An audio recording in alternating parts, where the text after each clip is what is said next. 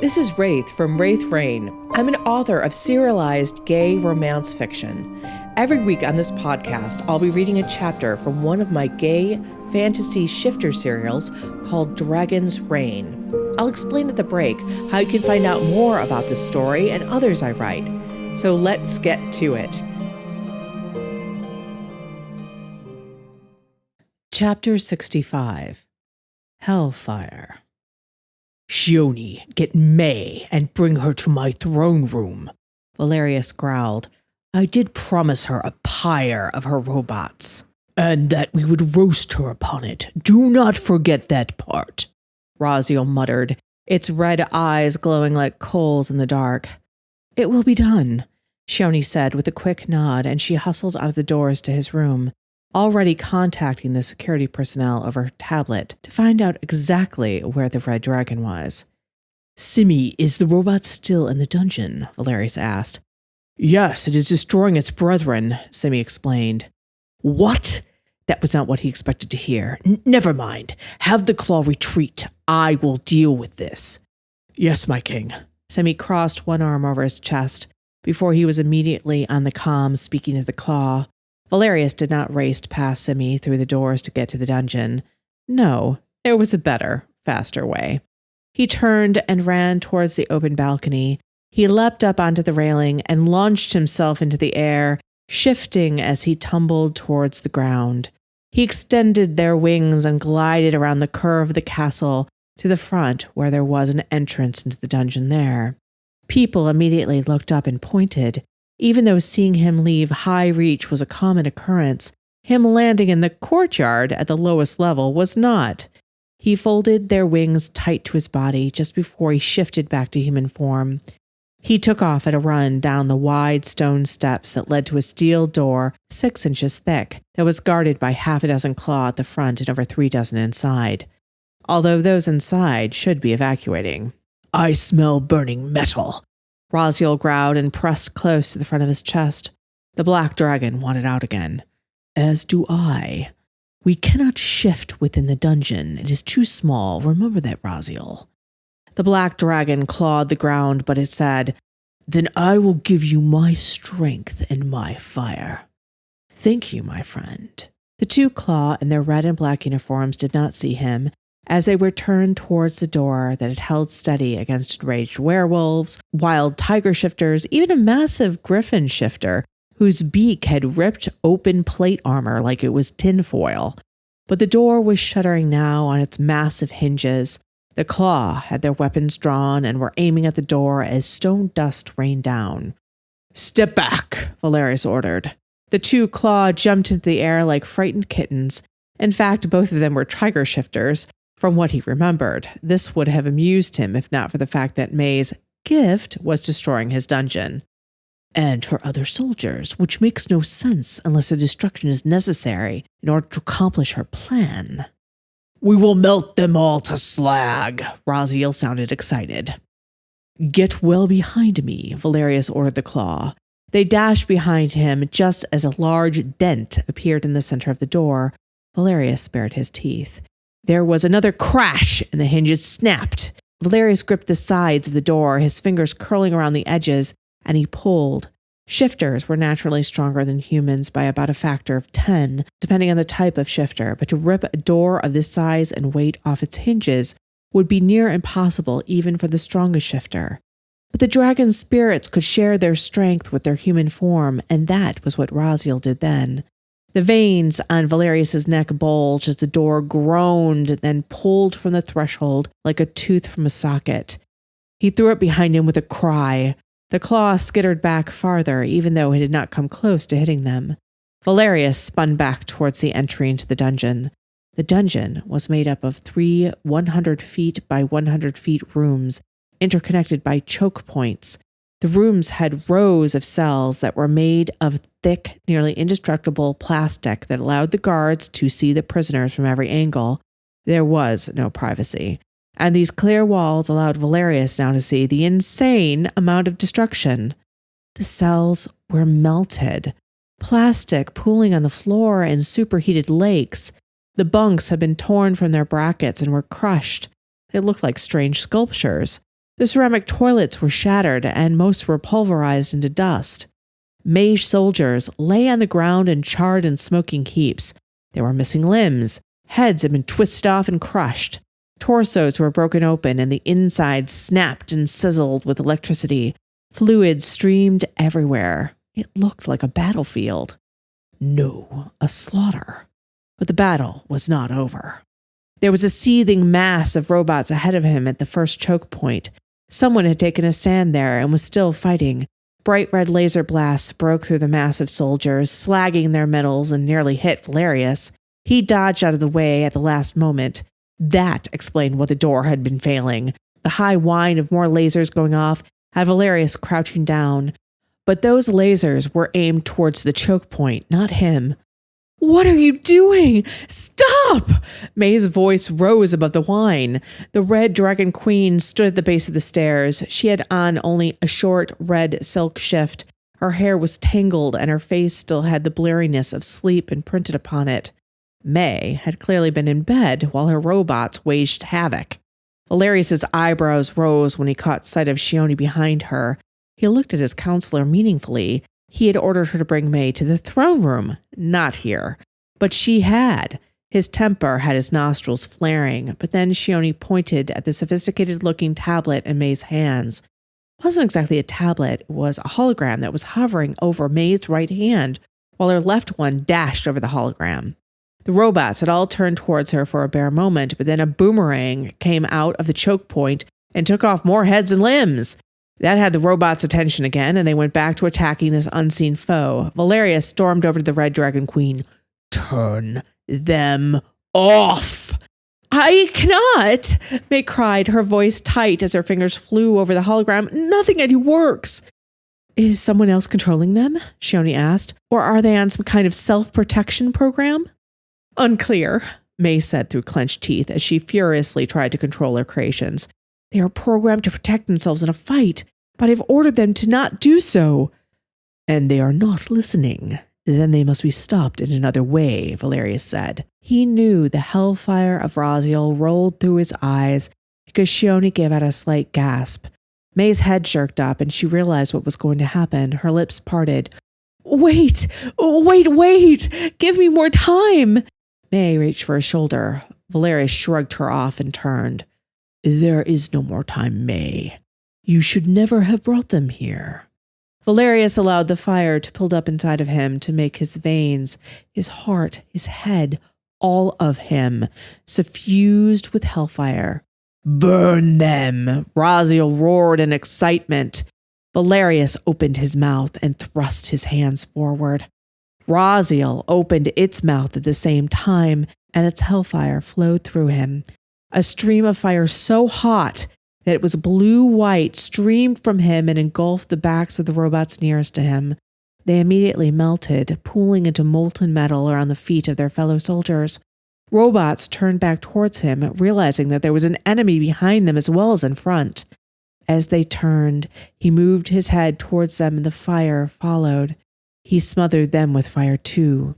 Laser blasts streaked towards him from the robots, on the other side from his flames. They were racing towards him, firing. One blast skimmed his right arm, but there was no searing line of heat. He was fireproof. Other blasts hit his torso and legs.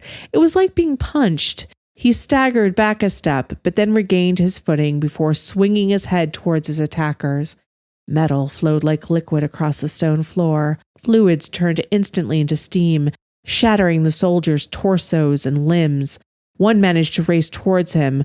Right arm slagged, left arm raised to strike him. Valerius grabbed it around the throat and breathed fire into its face. It melted away in his hands. When there were no more laser blasts coming his way, and he heard no clank of metal feet on stone, did Valerius close his mouth and quench the flames. He looked at the aftermath. The stone floor was mostly obscured by slag, which still smoked and glowed. It was cooling quickly. Most of the cells were completely obliterated or filled with that metal. The whole of this part of the dungeon was destroyed, and it would take a long time to restore it. Not that he had any prisoners down here. Thankfully, there had been none at this time, or they would have been dead. Only May's soldiers had filled this space. There was a sound from May. He looked over at her. She was crouched down at the forward edge of the pool of metal and touched it. Her face crumpled and she looked like she would cry for a moment. You cry over a bunch of metal? Valerius hissed. My claw could have been killed. My dungeon is a ruin. You will pay for. He did not get anything more out as he heard a clank of metal feet coming from the choke point. He had forgotten that the robots had been fighting someone. He'd assumed it was Adama, but he had thought that Adama had been slagged with the rest of them. It had not. It emerged from the choke point, carrying the head and torso of one of its brethren. Hellfire built, and Valerius again. Shioni cried, "Wait! It's not aggressive!" Valerius was about to growl that he didn't care when Adama approached him and knelt on one knee, just as it had in the throne room. It offered the head and torso of the other robot as if a sacrifice. Valerius scowled. For me? Why? You can see that I already have made my own trophies. They are melted all over my floor. Perhaps I should do the same to you, Valerius said. King Valerius, I have done this to protect you and yours, Adama spoke in that mechanical voice that showed a little emotion. From what? Valerius couldn't be that upset about the loss of May's soldiers, but the destruction of his dungeon could not be borne. I wish to slag it. Let me slag it, Raziel wheedled, not caring about this protecting business. They needed no protection from anyone. Had their demonstration not shown that? May and Shioni were suddenly at his sides. May was glowering at Adama as if she wanted to slag it herself. Why did you do this? She snapped. Why do you attack your brothers? They are not my brothers. I serve King Valerius, and these others serve you, Adama said. Valerius lifted an eyebrow. He was starting to like this Adama, maybe a little. May blinked and then reared back as if to slap the robot, but she curled her hand into a fist at the last moment and dropped her arm to the side. Adama, what do you want Valerius to see in that robot's corpse? Shioni asked. I hope you are enjoying Dragon's Reign so far. One of the things I enjoy most about Dragon's Reign is the world building. Creating a complex and full world is fascinating to me. Answering the questions, what if shifters were real and out in the open, and how would the world change and be, is like catnip to me.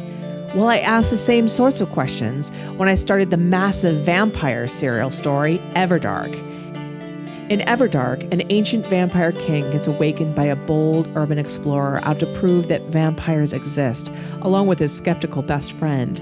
The two former humans are thrown into a world of vampires that exists right alongside their own, including developing their own vampire powers. A vampire romance with two main couples, many characters, magical powers, and a huge world of vampire culture and mythology awaits. If you sign up for our list, you will get the first 10 chapters of Everdark free. That's over 48,000 words to read. A link is down in the description below. May I rise, King Valerius? Adama asked. Yes, you may. Be very careful what you do, Adama. As you can see, my Hellfire can destroy you easily, Valerius warned. The robot rose to its feet, then neatly twisted the head from the dead robot's body and showed him the insides.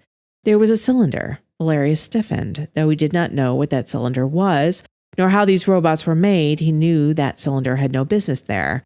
May looked and gave out a gasp. Echoing his thought, she cried out, "That should not be there! I do not know what that is!" "It is a cylinder containing poison gas," Adama answered. "Certain of these others were fitted with them." Oh, by the gods! Shioni brought a hand up to her lips. Her eyes were wide with horror. The Red Dragon has betrayed us, Raziel growled, and smoke and flames flooded out of its mouth. Valerius slowly turned towards May. Hellfire caused his vision to go red. She lifted a hand as she stepped back from him. "No, Valerius, I did not do this. It would be insane of me to do this," May cried. If these robots had released this gas in my city, how many would have died? Valerius's voice sounded so calm. "The deaths could have been in the thousands, depending on where they released the gas," Adama answered simply. His eyes narrowed as rage built. May staggered back. For the bandit queen who had never shown fear, she was terrified here.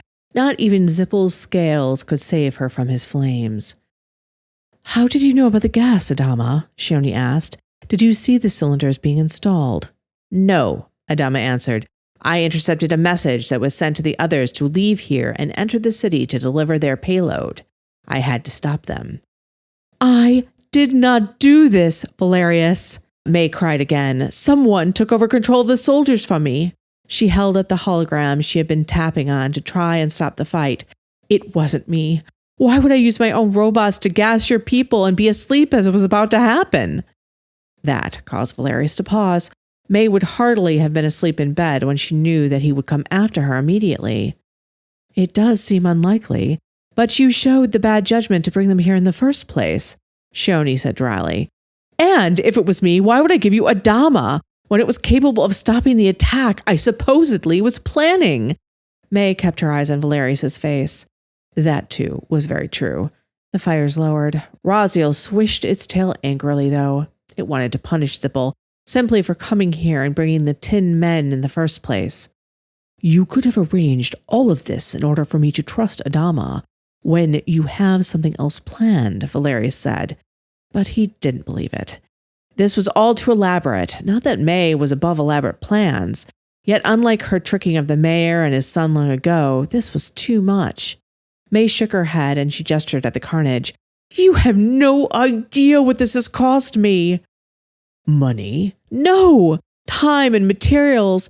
These represent years of production. That bastard Valerian will hear of this destruction. He will be encouraged to attack our shared border." May sounded almost shrill, and she never sounded shrill. This was real concern on her part. The fires died. She wasn't their enemy in this, and she was honestly afraid of Valerian coming after her. Instead of wanting to destroy May, he and Raziel almost felt protective of her. "May, considering that your robots were able to be programmed to act against your will, perhaps it is best that you not rely upon them in battle?" Shioni suggested kindly. "This might have been a good thing in a way." "No one should have been able to get through my security walls." May slammed one small fist into the palm of her other hand. "Yet they did," Valerius reminded her, and May's expression crumpled. She was truly unnerved by this to show so much emotion. "You intercepted a message, Adama. Can you locate where it was from?" Shioni asked the robot. "It has stopped sending, but I can take you to the last point where the transmission ended," Adama stated. May's head jerked up. "Adama, we must go there. We must find out who did this." Her small hands fisted at her sides, and he saw May's temper. "I will kill whoever did this. I will—" "You will get in line, May. I have first dibs," Valerius interrupted her. "Just leave me something of them," she growled. "Adama." "I serve King Valerius only. Do you wish me to take you to the location?" Adama asked him. Valerius was amused by May's momentary surprise that again her creation was not following her orders. She surprised him by laughing at herself. "I think I programmed him too well." She gave a rueful smile. "Adama, take us to this place," Valerius ordered. The mechanical man led them out of the dungeon, still carrying the other robot carcass. Valerius took one final glance over his shoulder. He grimaced. May was not the only one who had worked to restore what was lost today. Adama did not take them very far. In fact, they went only so far as the sculpture garden. The robot pointed to a place right behind a bush cut to look like a dragon's head roaring at the sky. "Fitting," May remarked sourly. "There appears to be nothing here. It would be a little too much to ask for them to leave a clue." Shioni, though, sounded downfallen that they hadn't. "Adama, do you see anything we are not?" The robot, though, had no further information. "The device they use has been shut off. They've given us one clue. They were able to get into High Reach," Valerius growled. "I'll immediately have the claw stop anyone from leaving High Reach and go over the footage," Shioni said as she brought up her tablet. "I doubt they are still here, or that they left it at the main gate or anywhere else there is video coverage," Valerius muttered. "Let us go back to the castle." As the four of them walked back into the castle's entrance, May said, "Are you seeing the pattern of these attacks as I am?"